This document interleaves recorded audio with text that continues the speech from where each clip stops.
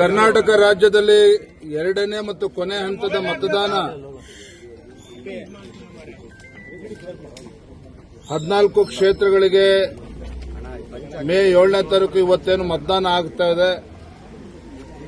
ಭಾರತೀಯ ಜನತಾ ಪಾರ್ಟಿ ಎಲ್ಲ ಕಾರ್ಯಕರ್ತರು ಮೇ 7 ಮೋದಿಜಿಗೆ ಸಾಥ್, ಮೇ 7ನೇ ತಾರೀಕು ನರೇಂದ್ರ ಮೋದಿಜಿ ಅವರ ಜೊತೆ ಇರ್ತೇವೆ, ಅವರ ಕೈಯನ್ನು ಬಲಪಡಿಸ್ತೇವೆ. ಈ ಒಂದು ಸಂಕಲ್ಪವನ್ನ ತೊಟ್ಟು ಇವತ್ತು ನಮ್ಮ ಕಾರ್ಯಕರ್ತರು ಕಳೆದ ಹಲವು ದಿನಗಳಿಂದ ಹಗಲಿರುಳು ಶ್ರಮವನ್ನು ಹಾಕಿದ್ದಾರೆ. ಅದಕ್ಕೆ ಪ್ರತಿಫಲ ಕೊಡೋ ನಿಟ್ಟಿನಲ್ಲಿ ಇವತ್ತು ನಮ್ಮ ಮತದಾರರು ಕೂಡ ಸ್ಪಂದನೆ ಮಾಡ್ತಾರೆ. ನಮಗೆ ಸಂಪೂರ್ಣ ವಿಶ್ವಾಸ ಇದೆ.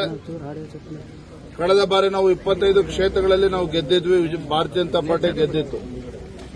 ಎಲ್ಲಾ ಕ್ಷೇತ್ರಗಳನ್ನು ಉಳಿಸಿಕೊಳ್ತೇವೆ. ಬಿಜೆಪಿ ಮತ್ತು ಜೆಡಿಎಸ್ ಪಕ್ಷ ಮತ್ತೊಂದು ಹೊಸ ದಾಖಲೆ ನಾವು ಕರ್ನಾಟಕ ರಾಜ್ಯದಲ್ಲಿ ನಿರ್ಮಾಣ ಮಾಡ್ತೇವೆ ಅನ್ನುವ ಸಂಪೂರ್ಣ ವಿಶ್ವಾಸ ನಮಗಿದೆ.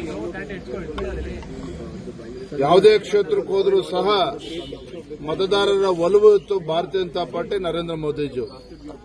ತಾವೇ ನೋಡಿದ್ರಿ, ನರೇಂದ್ರ ಮೋದಿಜಿಯವರು ಒಂದೇ ದಿನ 5 ಲೋಕಸಭಾ ಕ್ಷೇತ್ರದಲ್ಲಿ ಪ್ರವಾಸವನ್ನು ಕೂಡ ಕೈಗೊಂಡಿದ್ರು ಇತ್ತೀಚೆಗೆ ಕರ್ನಾಟಕ ರಾಜ್ಯದಲ್ಲಿ. ಜನರ ಉತ್ಸಾಹ ಸಂಪೂರ್ಣ ಭಾರತೀಯ ಜನತಾ ಪಾರ್ಟಿಯ ಪರವಾಗಿದೆ. ನಾನು ರಾಜ್ಯದ ಅಧ್ಯಕ್ಷನಾಗಿ ಎಲ್ಲ 28 ಕ್ಷೇತ್ರಗಳಲ್ಲಿ ಪ್ರವಾಸವನ್ನು ಮಾಡಿದ್ದೇನೆ.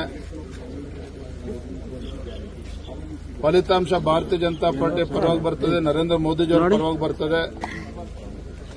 ಜೂನ್ 4ನೇ ತಾರೀಕು ರಾಜ್ಯದ ಆಡಳಿತ ಪಕ್ಷ ಕಾಂಗ್ರೆಸ್ಗೆ ಒಂದು ಅಚ್ಚರಿಯ ಫಲಿತಾಂಶ ಬರ್ತದೆ. ಜನ ನಮಗೆ ಆಶೀರ್ವಾದನ ಮಾಡ್ತಾರೆ. ಸತ್ಯ ಸರ್, ಮೋದಿ ಅಲೆನೋ ಜಾತಿ ಸಮೀಕರಣ ಈ ಚುನಾವಣೆ, ಲೋಕಸಭಾ ಚುನಾವಣೆ ಬಂದಾಗ ಯಾವುದೂ ವಿಚಾರಗಳು ಬರೋದಿಲ್ಲ. ಜಾತಿ ಉಪಜಾತಿಗಳು ಯಾವುದೂ ಕೂಡ ಜನರ ಮುಂದೆ ಇಲ್ಲ. ಎಲ್ಲರೂ ಬಯಸ್ತಾ ಇರ್ತಕ್ಕಂಥದ್ದು ಮೋದಿಯವರು ಮತ್ತೊಮ್ಮೆ ದೇಶದ ಪ್ರಧಾನಮಂತ್ರಿ ಅಂತ ಹೇಳಿ. ಸೊ ನರೇಂದ್ರ ಮೋದಿಯವರು ಮತ್ತೊಮ್ಮೆ ಪ್ರಧಾನಮಂತ್ರಿ ಆಗಬೇಕು ಅಂತ ಹೇಳಿದ್ರೆ ಯಾವುದೇ ಜಾತಿ ಸಮೀಕರಣಗಳಿರ್ಬೋದು, ಕಾಂಗ್ರೆಸ್ ಪಕ್ಷದ ಗ್ಯಾರಂಟಿಗಳಿರ್ಬೋದು.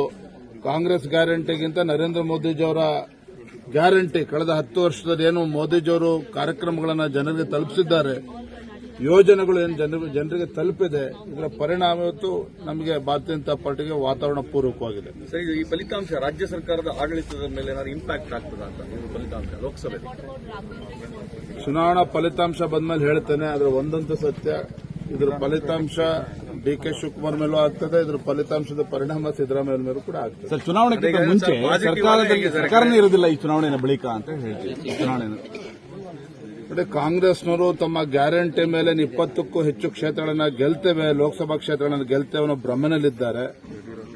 ಅವರಿಗೆ ಆಘಾತ ಕಾಯ್ದಿದೆ. ಜೂನ್ 4ನೇ ತಾರೀಕು ಮತ ಎಣಿಕೆ ಶುರುವಾದ ನಂತರ 3-4 ತಾಸಲ್ಲೇ ಗೊತ್ತಾಗ್ತದೆ. ಅವರೇನು ವಿಶ್ವಾಸನ ಇಟ್ಕೊಂಡಿದ್ರು, ನಂಬಿಕೆ ಇಟ್ಕೊಂಡಿದ್ರು.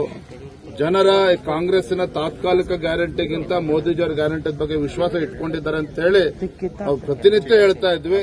ಅದರ ಅರಿವು ಜೂನ್ 4ನೇ ತಾರೀಕು ಅವ್ರಿಗೆ ಆಗ್ತದೆ. ಧನ್ಯವಾದ. Thank you.